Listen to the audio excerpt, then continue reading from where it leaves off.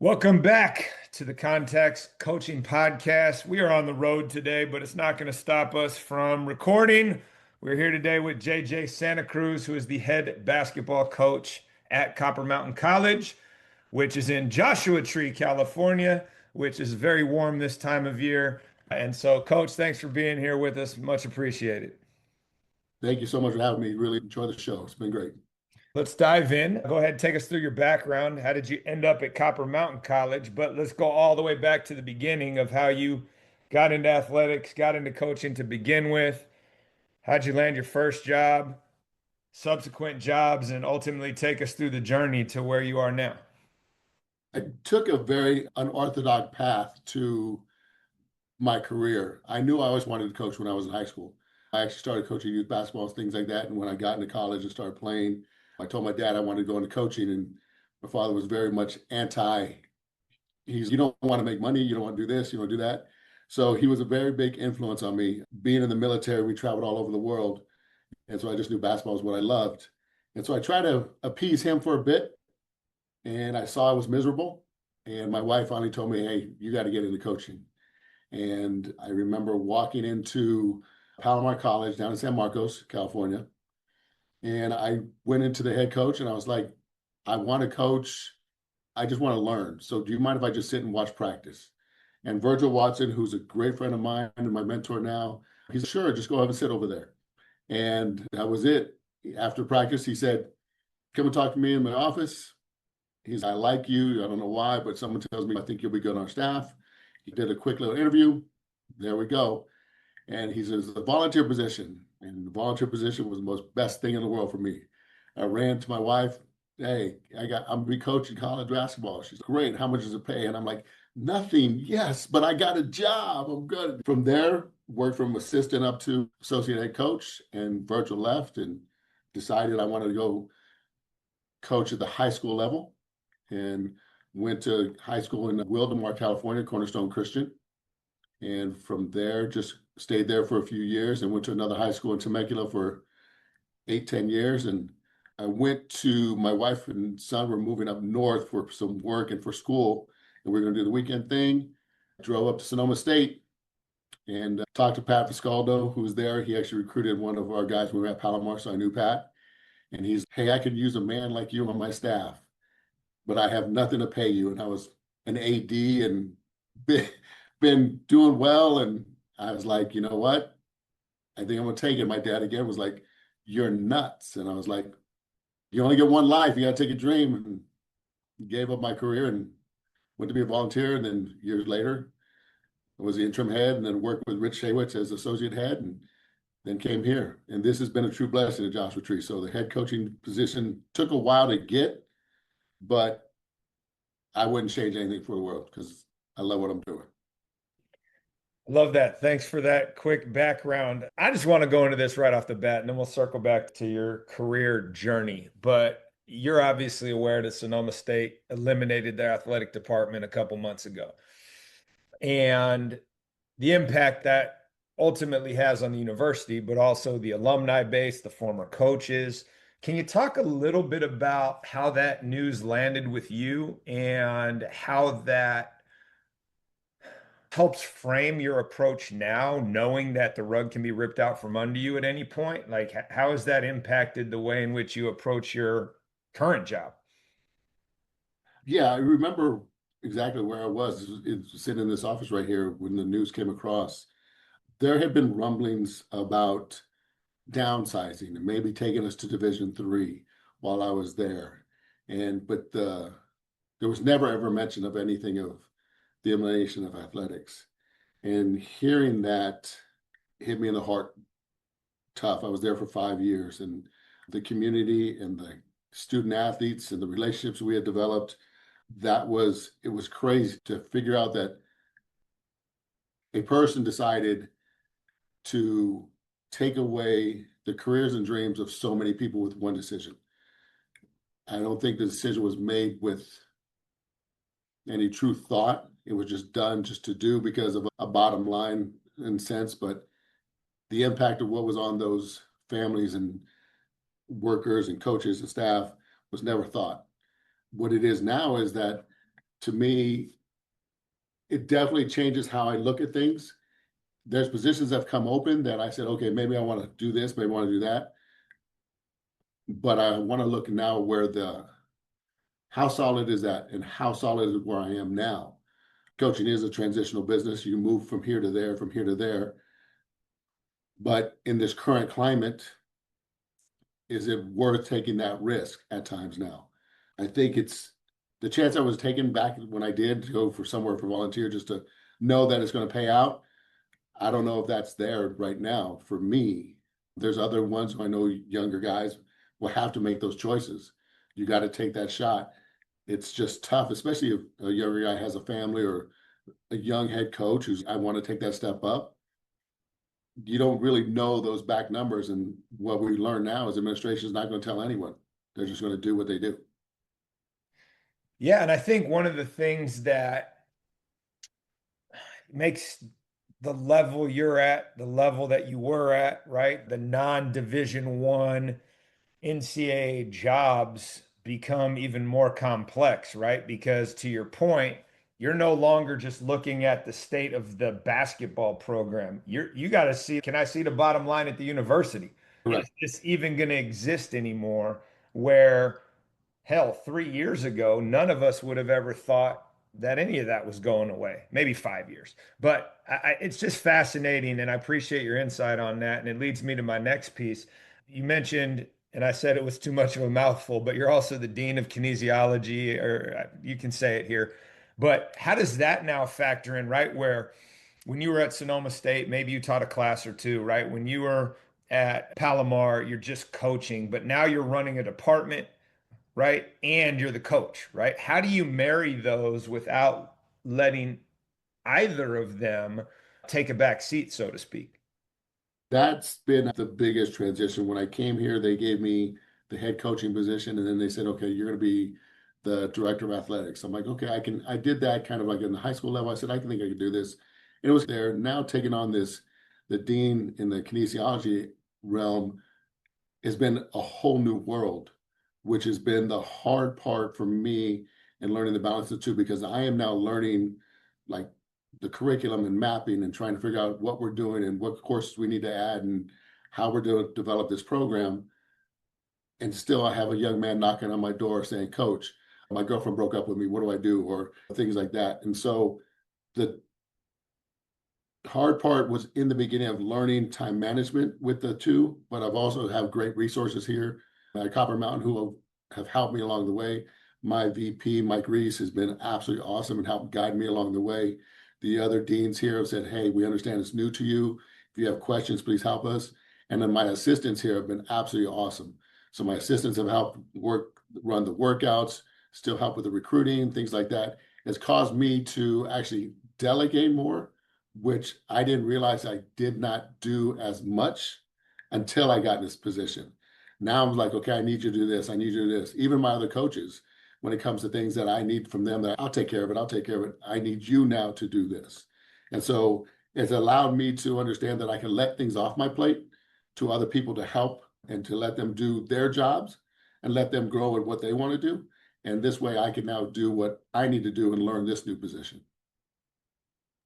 Yeah, for sure. And it takes me to an iteration of my next question. Going back now, right? You started off basically as a volunteer JUCO assistant, then went to a high school coaching job, then became an AD there, went somewhere else, then went to Sonoma as a volunteer again, to falling by default in necessity into the interim head coach role at Sonoma State, then associate head, now back to head coach. And I'm always curious what you realize in each of those steps that you still need to figure out. And this show was designed to really be a database of mentorship for the listeners.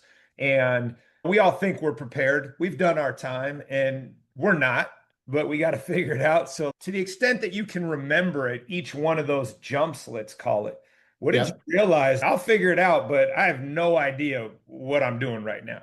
Yeah, I remember just going from Palomar to the head job at the high school. You think, okay, in my mind, I knew I got this. And then being there, actually running a program, dealing with the parents, trying to fundraise, doing all these other things is, man, I got a lot to learn. Each step that I've taken along the way, I've always gone in saying, this is a time to learn. I've never gone in and said, I know what I'm going to do. I know what I'm going to do. The toughest one was I remember when I had to fill in for as the interim for Pat at Sonoma. We were on the road at Dominguez Hills. It was December 7th. I remember it. And we were getting out of the vans, and he says, I can't coach today. And he said, you've got the team. And I'm like, what are you talking about? And I remember sitting on that bench and Becker on the other side, they're just running stuff. And like I was my scout, I was doing things. I could not tell you anything that was happening on that floor. I couldn't tell you what we were running, what they were running. I'm like, what just happened? And the game just moving from that chair to the other one just was like I was trying to teach swimming. I didn't know what the heck was going on. And at that point, again, I was still like, remember, you're here to learn and guide these young men. And everywhere you go, I go in with a feeling like I don't know everything. And I just take with what I do know and want to try to build upon it and not going in saying, I know there's guys like, I'm going to do this. I got this program. I'm going to take this here, take this there, take that there. I'm one of, I know I'm good at what I do, but I don't go in with guns blazing, things like that, because every situation is new. Every situation is going to be different admin, different players, different, whether in high school, different parents are going to deal with different fundraising groups. At the community college level, now I'm dealing with different athletes who believe they're Division I, who they just got missed or whatever, they just got slept on. When I'm at Division II, guys who I'm on scholarship, so I should play, or why am I not playing, and all these different things, where it's the heart of it is everyone just wants to play basketball, and I just want to coach basketball.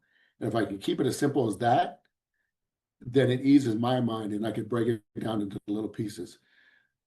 I'm not Pat Riley. I'm not the greatest guy in the world. I'm just blessed to be here. And so I'm like, let me just go and enjoy this game. This game's been very good to me, and I love it. And I just want to continue to do it. And so the different step and different thing along the way, I think one thing I kept in my mind is like, just be better than you were yesterday. Yeah, for sure. I think that's all of our, hopefully, all of our mantras, right? How can I get Yeah. 1% better at whatever I'm doing? And if we could drill down on more specifics, and we'll keep it more recent so it's front of mind. But when you took over at Palomar, right, you're coming from a 4-year university back to a 2-year university, which you've done in Mhm. the past. You were a volunteer assistant, right? And now you're in charge, right? So what are the things that were like, okay, now this is not something I've done before? And similarly, when you became the athletic director, right? What are some of the things that jumped off the page that were like, oh, wow, this is new. And here's how I'm going to tackle this because Yeah. this is super important. Give me a Yeah. couple nuggets we can offer the world. Okay. One of the first things I did when I got in here was, especially with the guys I took over with this program, I let them know this, I know where you want to go. And so what I'm going to do is teach you the roadmap of how to get there.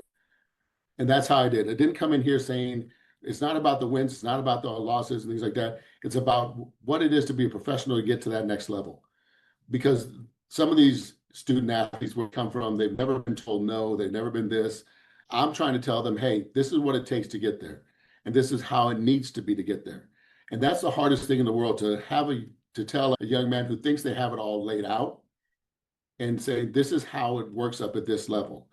And I had one of the things I did was I had two of my athletes from Sonoma who had graduated, were playing overseas, do Zooms with my guys and ask them, say, hey, look, here's what it takes to be here and here's what it takes to get here. Because everyone says they want this, but do you really know what it takes to get there?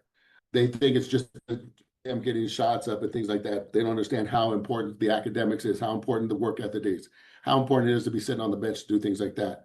It's about giving them the opportunity to see where they need to be. And so one of the things we came in right away was we did what we called almost like a culture change here in the sense of we had classes of how to manage money, how to change a tire, how to build a budget, how to shop. Like when they go grocery shopping, some of these guys would just buy what they like. And it was like, do you really need that right now? I went back to the basics of trying to show them how to be there so that they can mature when they get out there.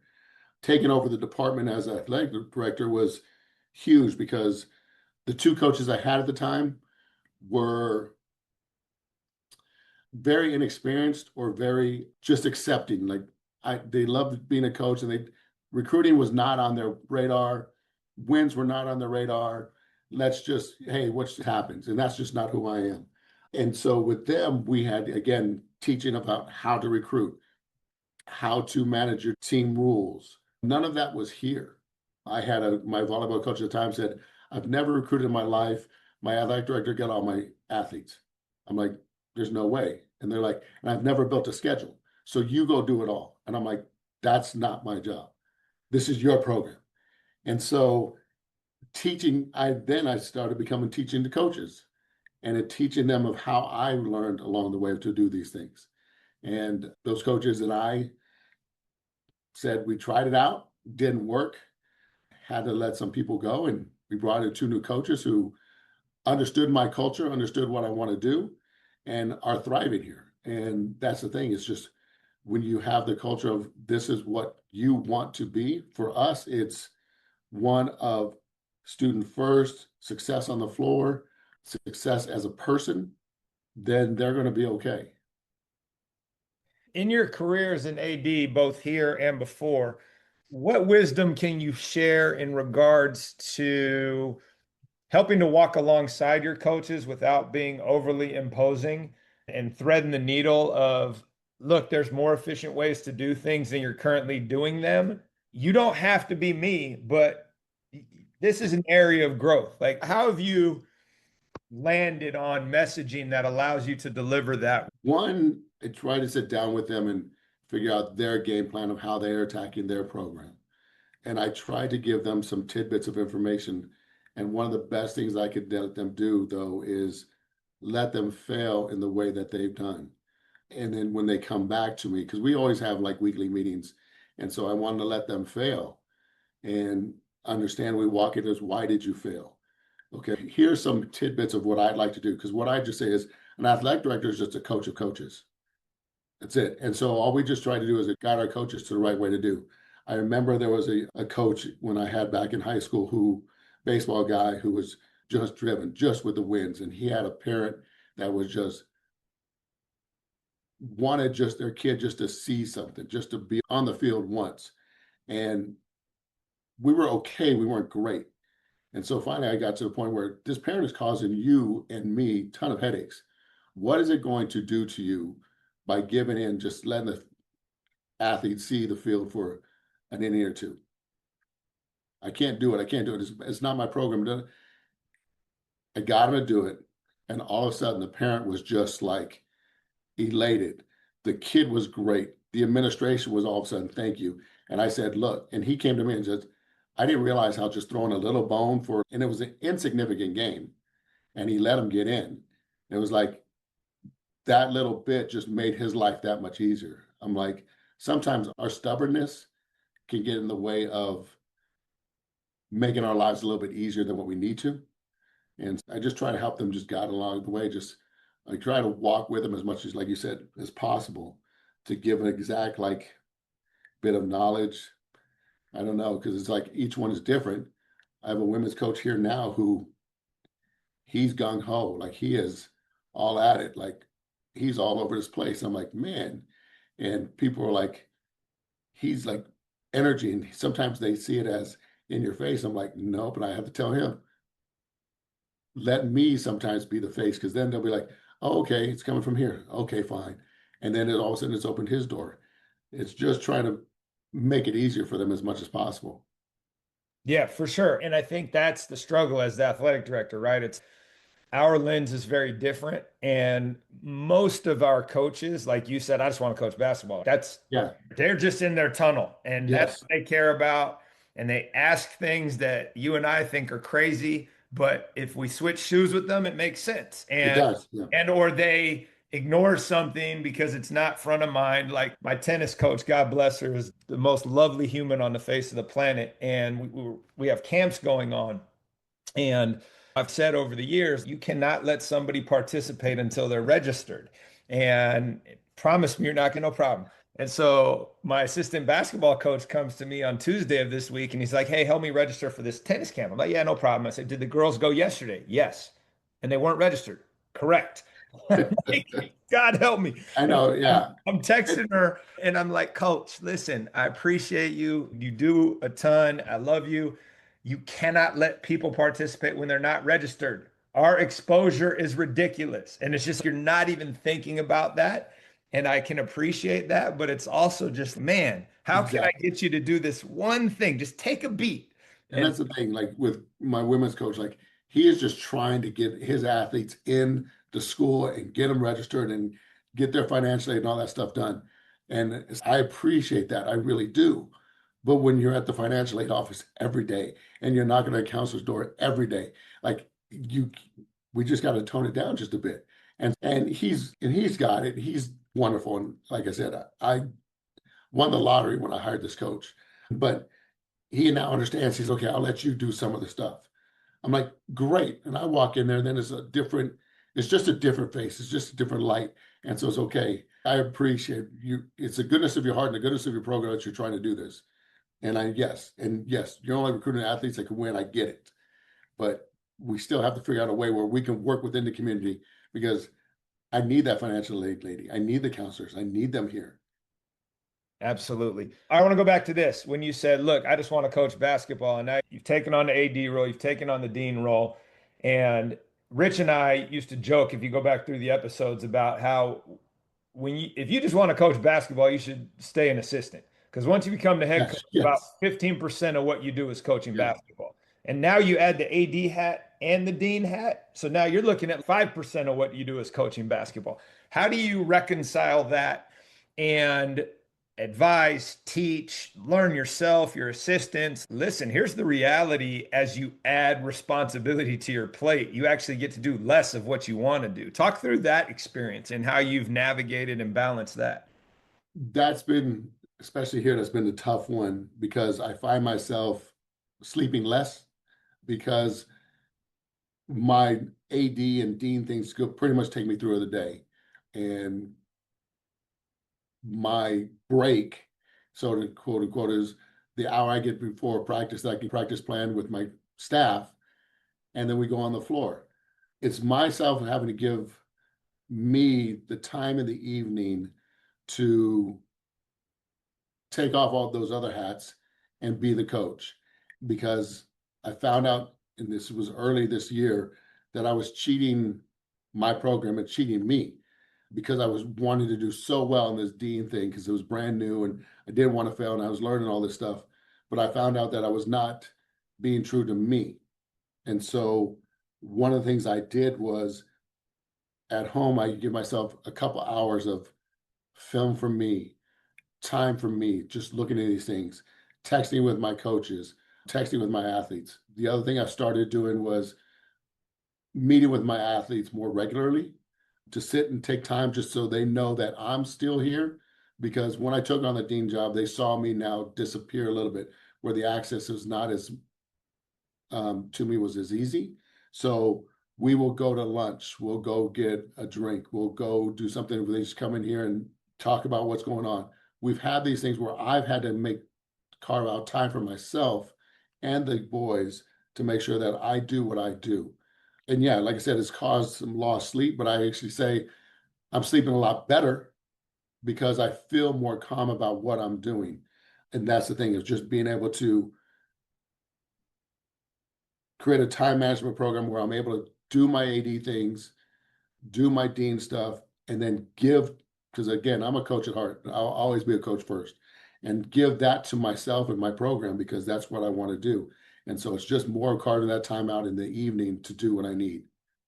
How do you think being a head coach and the athletic director at the same time informs both jobs in a positive way? And how do you think it takes away a little bit? And I ask that because I'm still coaching as the AD. long term, I don't want to be, not because I don't like coaching, just because I think the optics are a little bit sideways. And I think that I know it takes me away from being a good soccer AD because it's really hard for me to ever be present at soccer stuff in the winter.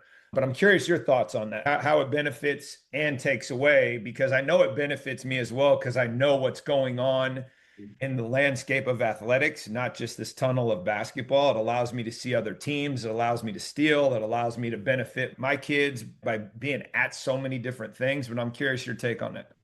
I remember when I took it over, the first time I took it over in high school, I knew that, like I said, the optics would be bad. So the boys basketball program is going to get everything they need because coach is now the AD. And I heard that from coaches, I heard that from staff, I heard it from everything. And I remember telling my players, is like, in the beginning, you're going to hear this, and I may seem like I'm doing something to be against us. I said, no, the optics, I just need to let everyone know we're going to be there for us. And I went to each program and I went to their practices and I went there to show that I was about them. I actually moved our practices to later in the evening when I took over. We went 5:30 to 7:30, so I was able to get to the other programs and see what they did. The optics was still questionable because we had just bought new uniforms. And again, oh, look, there they go. They're spending the money. But the benefit, I think, of it was I got to learn from other coaches and I got to see the other athletes in their element. I saw them in the hallways and things like that and talked to them. But now I got to meet Daniel, who was a soccer player, and I got to see him do what he did. I got to watch Jazz play basketball in her element, see what they did. The volleyball parents, I got to sit with them and watch them during their games and get to hear what they had to say. It made me a better part of the community. As a coach, we stay with our program and we kind of stay in that one set. The athletic director gave me the ability to get and connect with the other athletes. And I felt it actually helped me out as a coach because I got to see and hear an athlete talk about their coach or coaches talk about their athletes. And I got to see it from an outside point of view instead of just blindly of how I deal with my athlete and how my athlete deals with me. And so I think it was a bigger positive than the negative that the optics bring upon because optics is just that. It's just what someone's opinion is.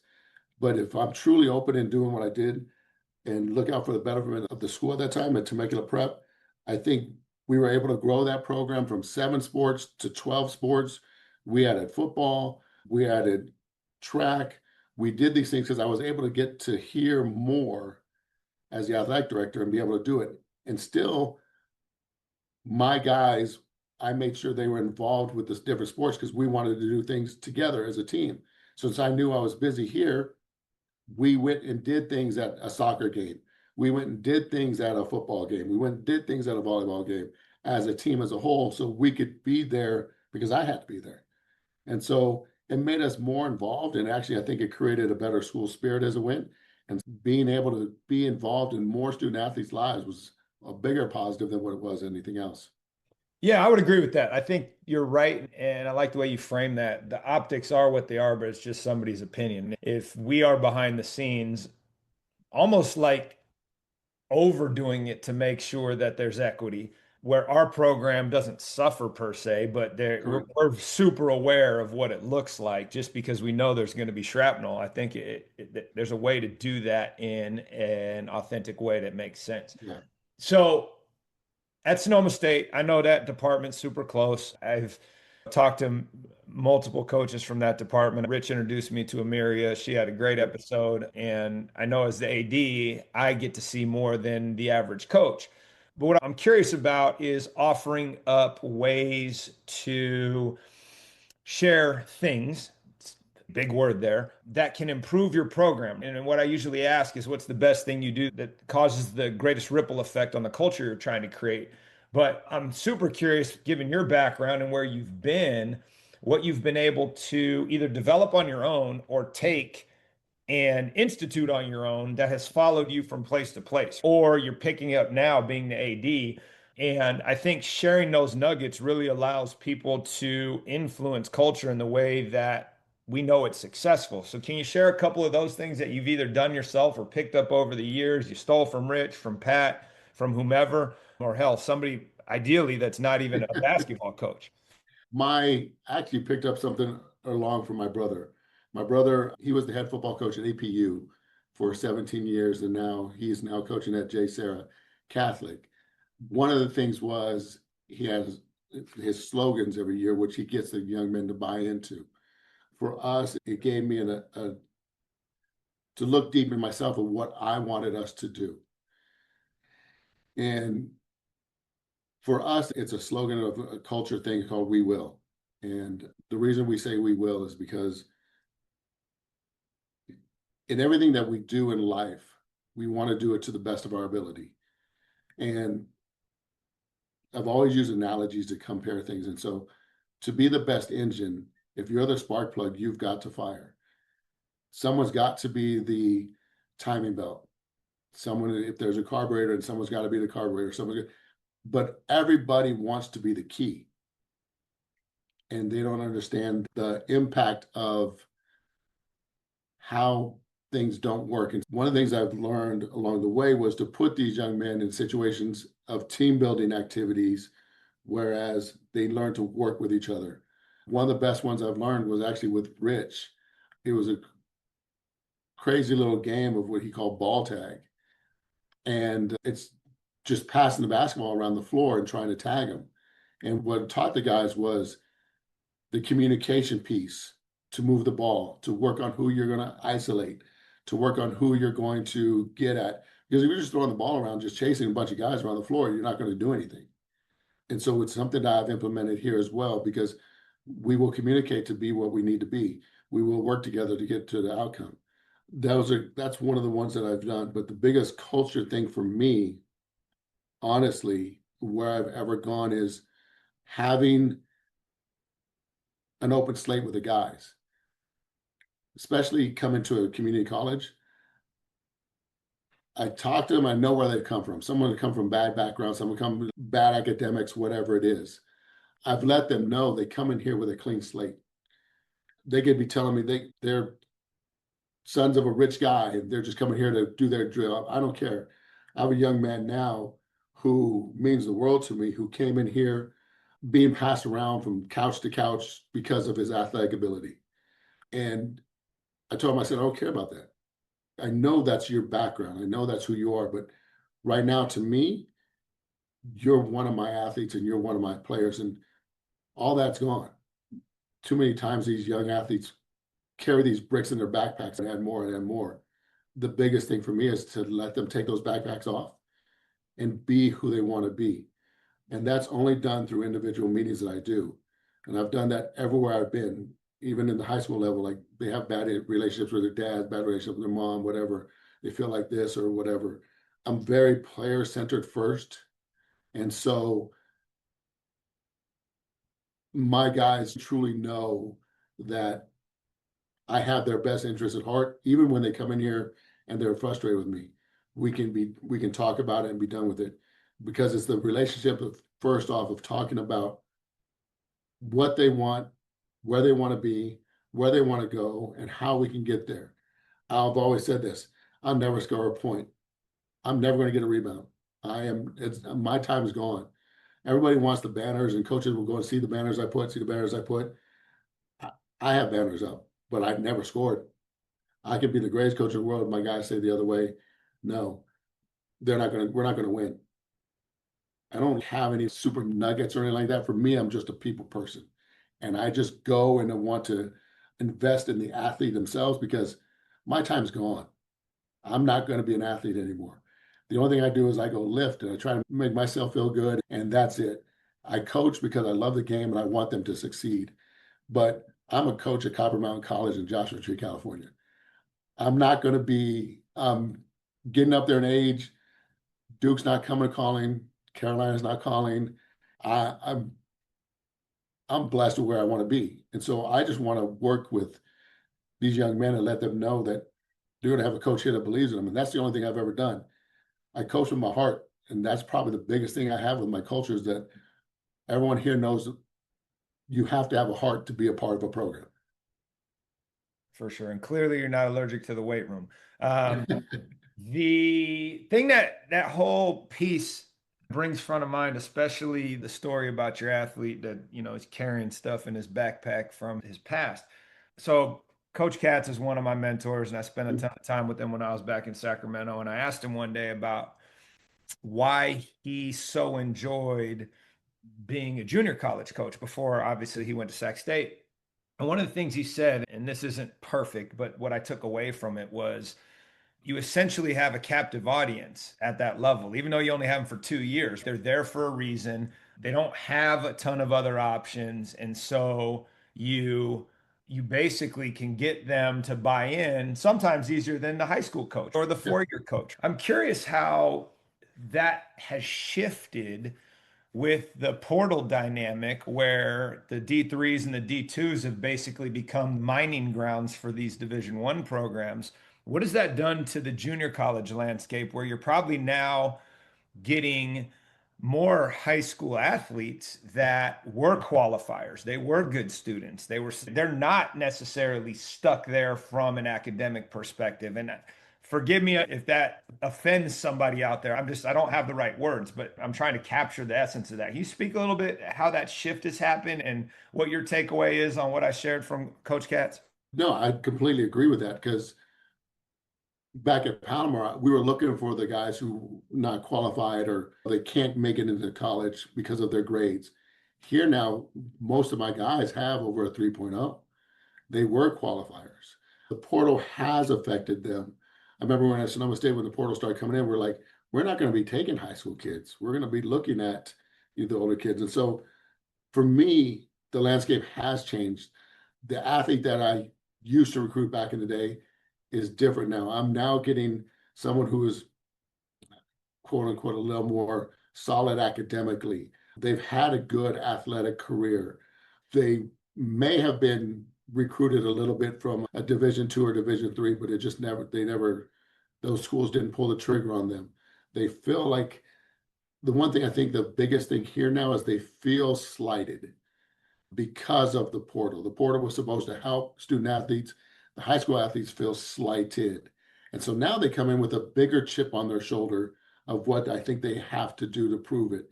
And it's one of the things that I actually love now coaching because the motivation there of having to motivate someone who's not a hard worker or how to push someone in the classroom, things like that, that's actually taken away now where we had a 3.3 GPA is the highest the school's ever had last year. They're like, because we're getting those quality students coming in now.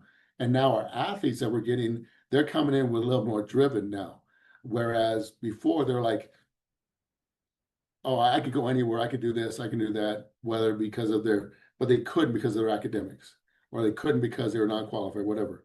Now this landscape has changed in the sense that, like I said, I'm getting quality kids.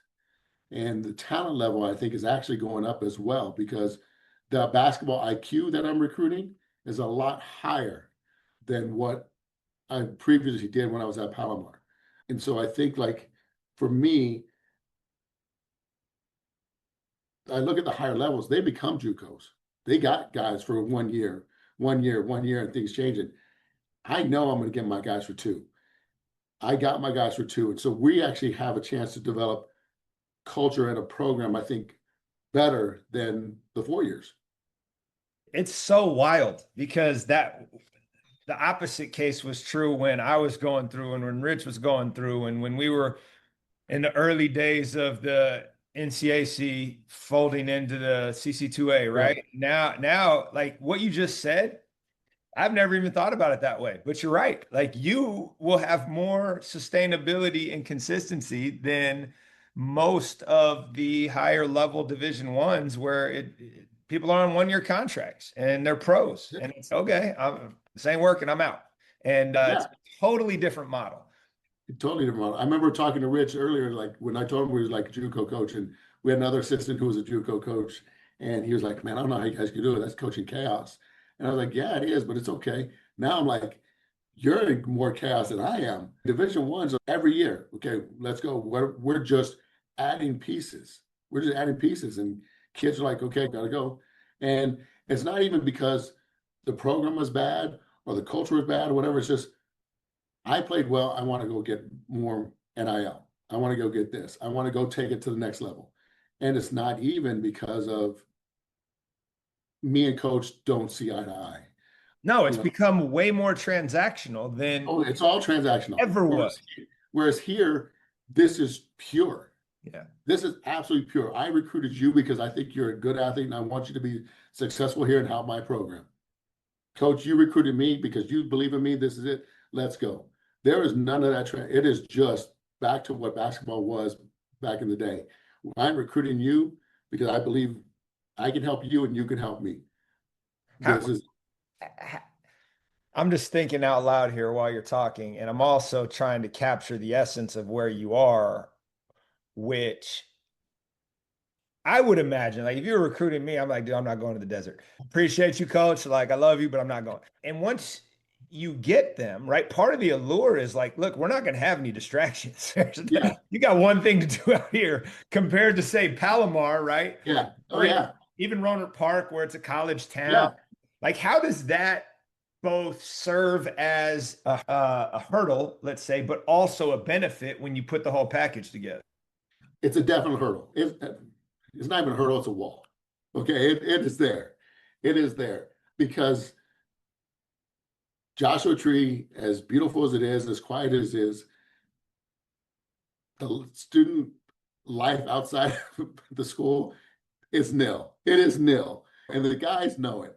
But once they get here, I've recruited a lot of guys from the north. And once they get here, they're coming from Stockton, coming from Sacramento. One of the things they say is they didn't realize life could slow down. And because they're constantly going, I got to be here, got to be there. I'm on my social media all the time because I'm doing this, I'm all over. They appreciate now, like they never knew there were that many stars in the sky. They never appreciated a sunset. They never appreciated just meeting someone and talking to them and having someone come to them. Like we're the only game in town. So we get a lot of fans who come who are older people who have been in the community and they invest in the kids and like, how you doing? Talk to them, things like that. We have one lady who bakes cookies for us on every away game. And the guys now think that's the greatest thing in the world. The hurdle of just, because I know where I'm at. Getting a kid from Orange County, that's tough. That it's probably not even going to happen. A kid from San Diego, maybe Escondido, maybe Ramona, somewhere around there. You're not getting any coastal people, my friend. No, no coastal people at all, none.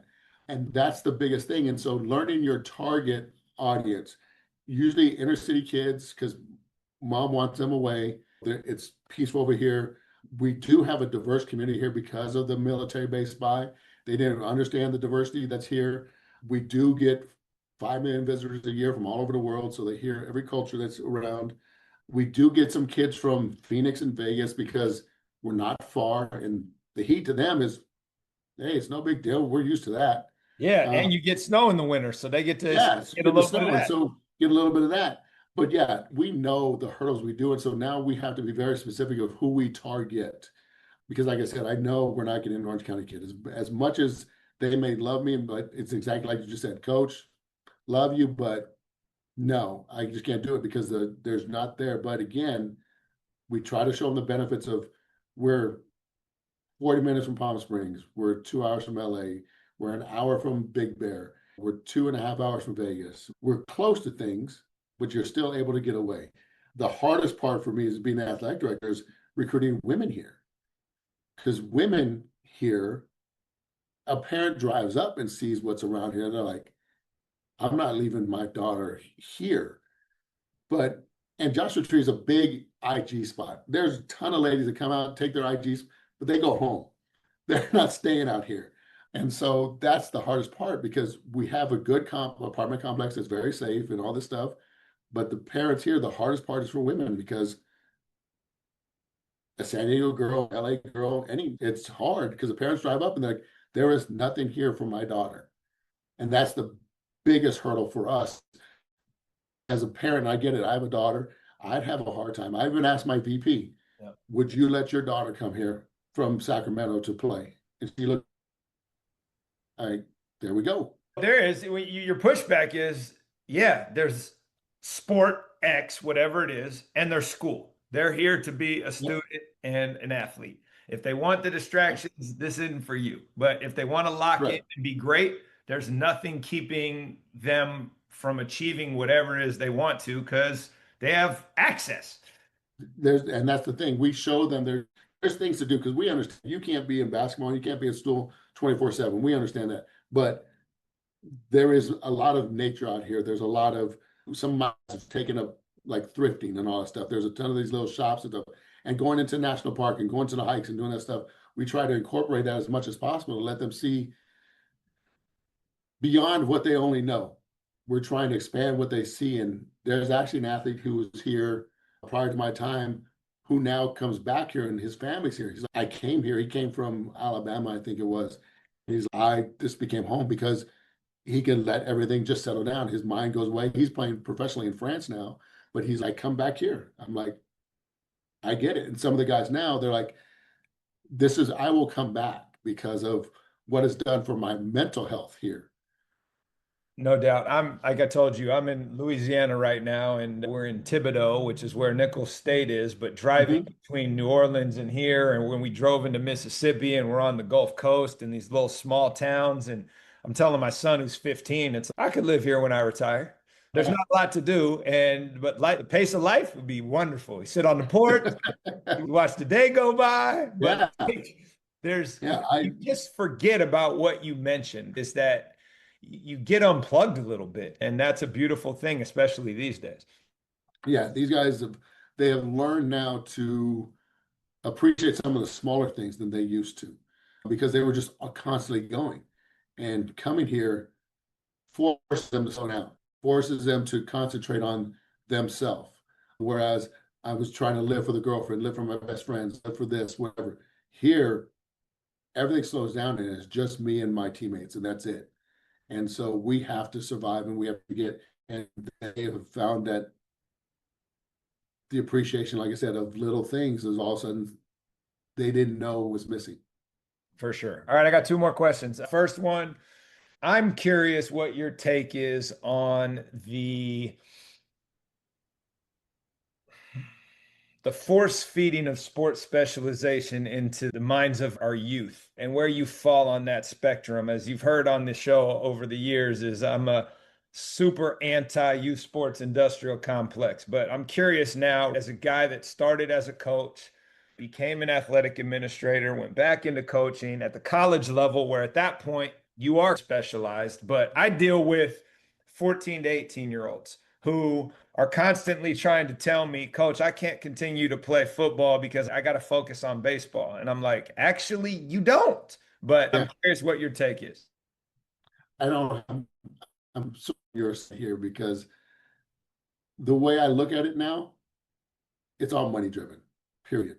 When we were younger, we were able to play our different sports throughout the year, and our high school coaches knew we were going to the three sport athletes. These athletes now, I think they're being cheated, and so are the families. To sit there and watch your kid do something else. I'll make sure my kids were multi-sport athletes. And I remember watching them lacrosse, baseball, volleyball, whatever it is, and enjoying that because I knew they were going to play basketball for me, but I got to see them experience something else and learn more about a different game, but about life and working with other people. And they got to let their bodies learn a different way. When you stay with a sports specialization, you're not becoming the true athlete that you are. Too many times, and I hear it now, especially with what I'm doing recruiting wise, is I've had guys miss proms because their travel ball needed them. They've had guys who can't go on this grad night because their travel ball needed them. They don't need them. Like you're stealing from the child. And like I said, we had our lives. To me, the sports specialization is cheating our youth from growing up to be a complete person. That's the thing. And I'm not there to The only reason you want my child is for your program because you want to make money off the next kid that's coming through. Period. That's just me, how I feel like with all the travel things. And don't, I love a bunch of friends who are travel coaches. They run great programs and things like that. But for me, even with the high school coaches, like to say that this kid can only do this, how do we know that it's what's best for that kid? We don't. You have to let the kid find out and experience it and let them go. By the time they get, like I said, by the time they get to me, yes, they're pretty specialized. I have a couple ladies here who want to play volleyball and basketball. And to me, I'm like, okay, cool. Like, I'm in a community college. Let's do it. No one told Bo and no one told Dion they couldn't. Yeah. Let me ask this. Give the best soundbite you could give to parents and athletes who are in this predicament. Because I think this influences as well, right? If I pour all my energy into specializing in, hell, tennis, and I am on a 10-man roster, I'm number one or two because I put all my time into this. Yeah, I don't want to go over and play basketball and sit on the bench and not play.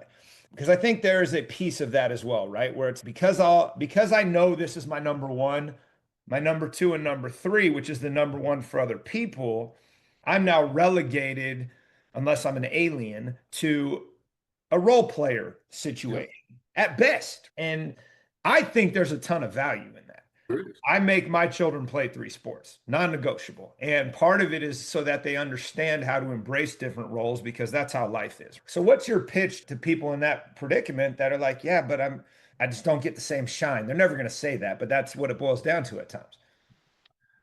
I put it more, especially with the parents, because the parents are like, no, the parents are like, no, you're not always going to walk in and be the CEO. You're never going to walk in and always be the CEO. You have to learn how to be that file clerk. You have to learn how to be that, whether that sales department manager. You have to learn how to be a customer service rep. You need to learn these things to grow to be the best CEO possible.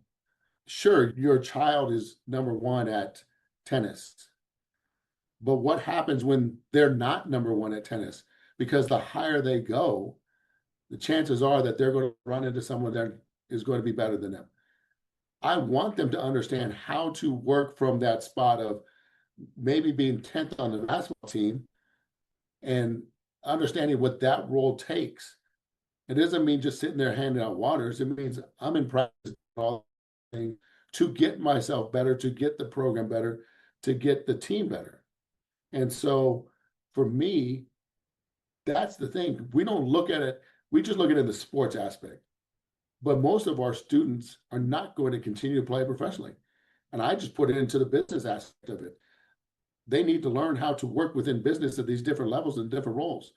Not everyone's going to be the CEO. Not every kid's going to start their own company. Unless mom and dad have their own company and saying, hey, they're going to fill my spot, great. But even then, you want them to learn every aspect of it. And I like what you just said there. And what it did for me is I've got this handful of kids that are wrestling with this conundrum right there. And they're the best player on our team right now. And they're going to play college athletics, but they're going to start at the bottom. Yeah, And they haven't had to endure that in their chosen sport yet. But enduring it in their other sports is teaching them what they need to know in their preferred sport when they get to the college right. level. And I have never captured it in that essence. So I appreciate you saying that. All right, last question. What is something you've most recently changed your mind on? And it doesn't have to be about athletics, it's more about growth mindset. And I always frame it this way: in the world of polarization that we currently live in, people only hear their echo chambers. And so they're not challenging their belief system very often. And so I'm always curious what leaders in certain spaces are doing to challenge their belief system and purposefully change their mind if warranted. Yeah, the world right now is a little, like I said, polarization is a good word for it. For me, and I'm going to speak about what I'm doing right now for me. I think I let all the little things slide, whereas I would have things that would be irritate me or like I'm drawing a hard line on that. I think now my hard lines are less because I understand that life's bigger.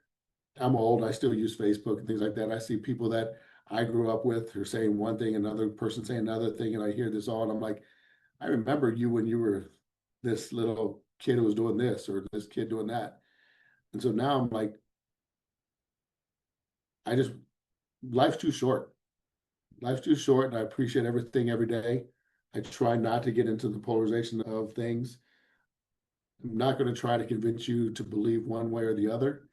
It's not my it's not my job to take your life and steer it one way. I just want you to know who I am and value what me as a person. I'm not asking you to value, you don't even have to respect me. Just be like, you're going to know who I am. And I'm going to, like I said, I wear my heart in my sleeve and I just let the little thing slide now. It's not that big. Yeah. Which is funny because when we're younger, right, it's all about police the little things. And Yes, as you get older, the wisdom that comes with that is the answer is always it depends. And exactly. hey, what about this? It depends. I need a little more context. Yes, yeah, exactly it. And like I said, I have former players who are like, Coach, you gotten soft. He goes, no, it's not that I gotten soft. It's like I've matured. It's just like I don't need to beat that up. I don't need to do it. Like my I have some friends who are completely opposite of me and something else. And like I'm like, hey, that's just it. And like you can believe that's fine. I'm not gonna, but for you to be spewing stuff, I'm okay. It's all right. Yeah. So I always like to take that back to the quote in Days of Thunder from Nicole Kidman that control is a myth. And That's right. ultimately, the more we can look at the scenario, talk through what all the moving pieces are, and then find whatever the solution is for each individual situation, we are doing a better job trying to lead or support whomever the subject happens to be at said time. And I think Mhm. it's I'm so far from my previous self.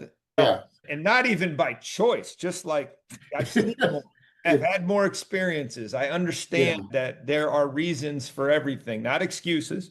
Some of them are yeah. excuses, but if you don't take the time to ask the questions, undermining your own leadership. Yeah, I got young men who come in here. I don't need anyone. I don't need this. I got this, all this. And I'm like, I tell them, I was like, one thing I've learned is this world's too big, too mean, and too nasty to take on by yourself. I said, and that's why people are brought into your life. I said, and they're just there to help you along the way. They're not going to stick with you all the way, but they're just to help you along the way. And that's it. And so take what I got, take what I say, great. Don't, great. But we're gonna be okay. Exactly. I'm just here to offer wisdom. Do what you want That's with it. it. Coach, I appreciate you taking the time and jumping on a little bit early. I'm going to No, get I back out appreciate you there very into the much. heat and humidity that you definitely don't have where you're at. It's dry. No, And I don't yeah, have it's try to. close. That's what they always say. Remember, it's try heat.